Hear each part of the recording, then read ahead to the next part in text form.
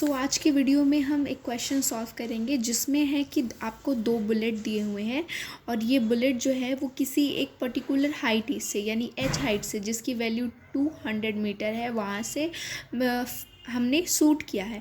Actually question ऐसा बोल रहा है कि हमारे पास दो बुलेट है जो कि एक सेम हाइट की बिल्डिंग पे मतलब बिल्डिंग 1 और बिल्डिंग 2 दोनों की हाइट सेम है और उन दोनों के बीच की डिफरेंस जो है वो 100 मीटर है और बिल्डिंग की जो हाइट है वो 200 मीटर है, राइट। तो दो बिल्डिंग से हमने बुलेट को हॉरिजेंटली क्या किया, उसको हॉरिजेंटली हमने फायर्ड किया ना। हॉरिजेंटली फायर करने का मतलब क्या है, देखो कोई भी अगर वेलोसिटी है आपके पास, कोई भी वेलोसिटी है तो उसकी कंपोनेंट होती है। Because velocity is a vector तो हम उसको रेक्टेंगली दो कंपोनेंट में तोड़ सकते हैं। एक होती है उसकी हॉरिजेंटल कंपोनेंट और दूसरी होती है उसकी वर्टिकल कंपोनेंट। यहाँ पे ऐसा बोला गया है कि हमें सिर्फ और सिर्फ हॉरिजेंटल कंपोनेंट दिया हुआ है और उस हॉरिजेंटल कंपोनेंट की वैल्यू है 25 metre per second. It means that अगर हम बुलेट को फायर करते हैं तो उसकी जो वर्टिकल कंपोनेंट है वो ज़ीरो है। तो वी वाई क्या है, वी वाई ज़ीरो है, ठीक है, ओके। तो वी वाई उसकी ज़ीरो है। इसके बाद फिर क्या हुआ कि हमको पता है कि यहाँ का डिस्टेंस 100 सेंटीमीटर है और दोनों बुलेट की स्पीड सेम है। तो वो कब टाइम होगा जहाँ ये दो बुलेट आपस में मिलेंगे और कोलाइड करेंगे। तो ये काफ़ी जनरल सी हम अगर लॉजिक से करें तो देखो अगर दो बुलेट की हाइट सेम है तो वो वहीं जगह पे कोलाइड करेंगे, मतलब कि एक टाइम लगेगा, ठीक है। तो कोलिजन के लिए तो मान लो कि तुमने एक बुलेट को यहाँ से और एक बुलेट को यहाँ से तुमने फायर किया, तो इट मीन्स अगर इन दोनों के बीच में कोलिजन होगा तो ये किसी एक पॉइंट पे आएंगे। यहाँ पे ये कोलिजन कर रहे हैं, ठीक है, दोनों आकर कोलाइड कर रहे हैं किसी ये पॉइंट ए पे, ठीक है।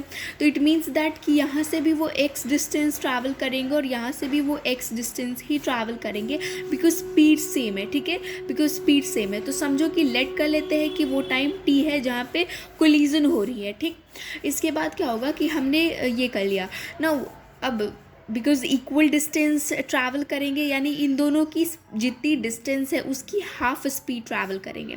तो अगर हम निकालें तो हमें ऐसा पता चलता है कि जो कोलिजन होगा वो हाफ डी बाई डी पे होगा, ठीक है। और हमें ये पता है कि जो अगर प्रोजेक्टाइल मोशन होता है तो कोई एक्सेलरेशन हॉरिजेंटल कोई एक्सेलरेशन नहीं होती, सिर्फ वर्टिकल एक्सेलरेशन होती है जिसकी value 10 metre per second square होती है, ठीक है। तो it means that this is actually में वाई डायरेक्शन की एक्सेलरेशन और एक्स डायरेक्शन की acceleration 0 metre per second square है। और हमें पता है क्या कि v is equal to X T, that is velocity is equal to displacement by time.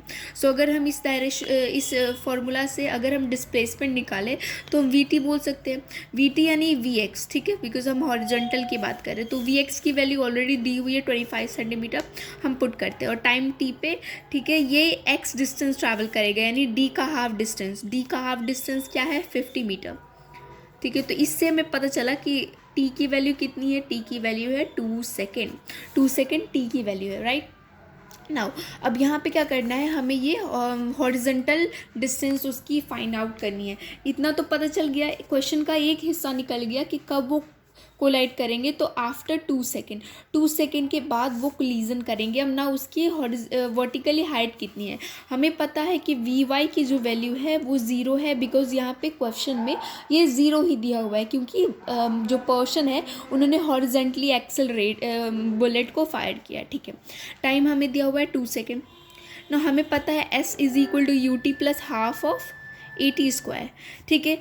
You T की वैल्यू क्या, यू की वैल्यू क्या है ज़ीरो बिकॉज इनिशियली कोई वर्टिकल वेलोसिटी नहीं थी। तो half of A T square हो गया। तो half of A T A value put कर acceleration in Y direction is the gravity that is 10 metre per second square. Time कितनी है 2 सेकेंड, तो 4 हो गया 2 यानी 20। यानी कि जब हमने बुलेट को फायर किया उसने 20 मीटर की speed horizontal distance vertical distance travel किया और वो यहाँ पे आकर कोलाइड कर गया। तो कितने हाइट होगी with respect to ground. So with respect to ground हम उसकी हाइट बोल सकते हैं 200 minus 20, that is equal to 180 meter. That's the answer.